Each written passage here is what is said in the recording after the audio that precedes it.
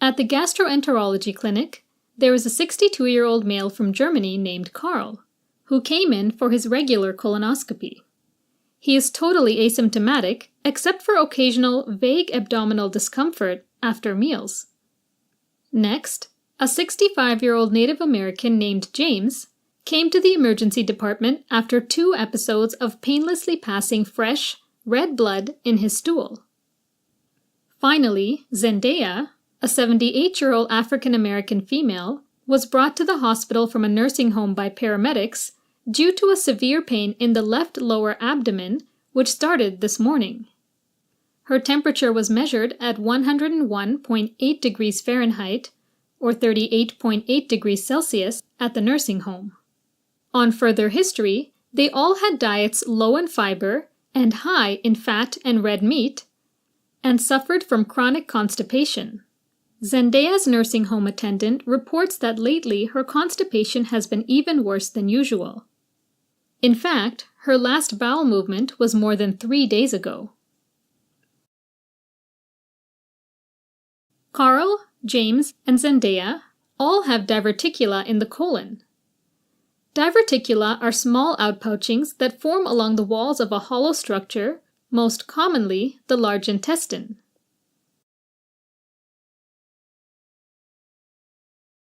According to their pathogenesis, diverticula can be broadly grouped into traction and pulsion diverticula.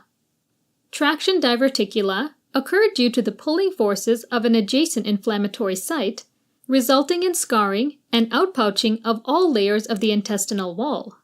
These are also known as true diverticula.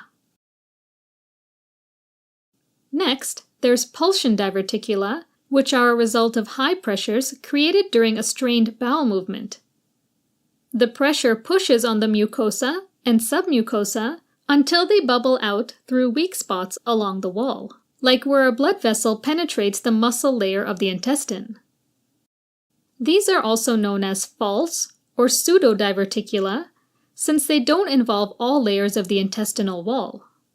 For your exams, it's important to know that most of the time, diverticula in the large intestine, and particularly the left and sigmoid colon, are pulsion or false diverticula. Having diverticula in the colon is called diverticulosis, and it's more common in individuals older than 60 years old, consuming a diet low in fiber and high in fatty foods, like red meat. Fiber helps stool move more easily through the colon. So diets low in fiber can lead to constipation, which means more force is required to move bulky, hard stool. Most of the time, people won't even know they have diverticulosis because they don't have any symptoms besides constipation and mild or vague abdominal discomfort after meals. Diagnosis is typically made incidentally during a colonoscopy or CT scan that might be done for another reason entirely. Okay, so even though diverticulosis doesn't cause major distress in the person, they can still cause serious complications. One complication is bleeding due to weakening and breaking of blood vessels near a diverticula. It's important to know that diverticulosis is the most common cause of acute lower gastrointestinal bleeding. This will typically appear in your exam as an elderly patient with a history of chronic constipation and painless hematochezia, which means bright red or maroon blood passing from the rectum. Remember, bright red blood usually means lower GI bleed, and painful hematochezia usually indicates hemorrhoids. Now, another complication of diverticulosis is acute diverticulitis, which is an infection of the diverticula. Typically, it starts when there's increased pressure in the lumen of the intestines or food impaction in the diverticulum that leads to microperforations in the diverticula. The bacteria in the lumen of the gut dive into these microperforations and cause infection within the intestinal wall. Symptoms include left lower quadrant abdominal pain and low-grade fever, along with a change in bowel habits like alternating constipation and diarrhea, and treatment is with antibiotics.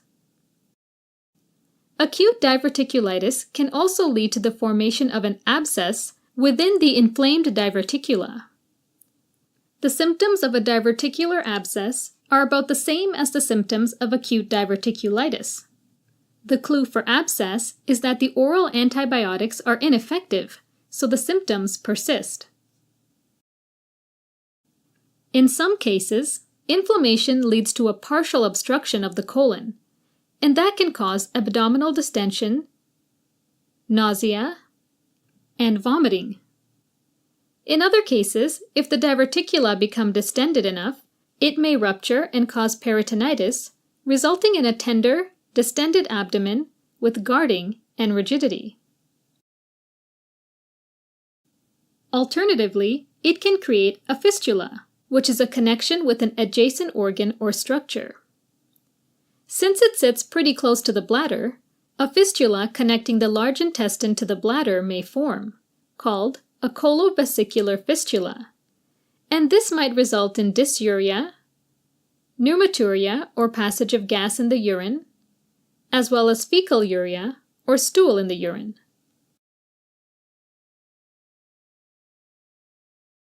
Diagnosis of acute diverticulitis and its complications is usually made with the CT with contrast of the abdomen and pelvis. A key concept that is frequently tested is that colonoscopy is contraindicated in acute diverticulitis because it increases the risk for perforation and subsequent peritonitis. Okay, to review. Diverticula are abnormal outpouchings from the colonic lumen and can be classified into traction or true diverticula, which involve all layers of the intestinal wall, and pulsion or false diverticula, which is where only the mucosa and submucosa slide through the intestinal wall, are usually located in the left and sigmoid colon, and these end up being more common. The presence of diverticula is known as diverticulosis, and risk factors include advanced age, chronic constipation, and low-fiber, high-fat diet. Diverticulosis is typically asymptomatic but can present with vague abdominal discomfort after meals. Complications include diverticular bleeding presenting as painless rectal bleeding and diverticulitis. Also, acute diverticulitis presenting as left lower quadrant pain with fever. Sometimes, acute diverticulitis can lead to abscess, fistula, partial colonic obstruction, and perforation with peritonitis. Now, back to the patients. All three of them have the risk factors for diverticulosis, including old age, constipation, and low-fiber, high-fat diet. Carl had vague abdominal discomfort after meals, and diverticulosis was discovered incidentally during his colonoscopy. Meanwhile, James probably has diverticulosis with bleeding as a complication. This can be confirmed with a CT scan or colonoscopy. And Zendaya has the typical presentation of acute diverticulitis with acute left lower abdominal pain and fever. The fact that she hasn't passed stool for more than 3 days might be a clue to partial colonic obstruction. Diagnosis can be made with a CT, but a colonoscopy is contraindicated.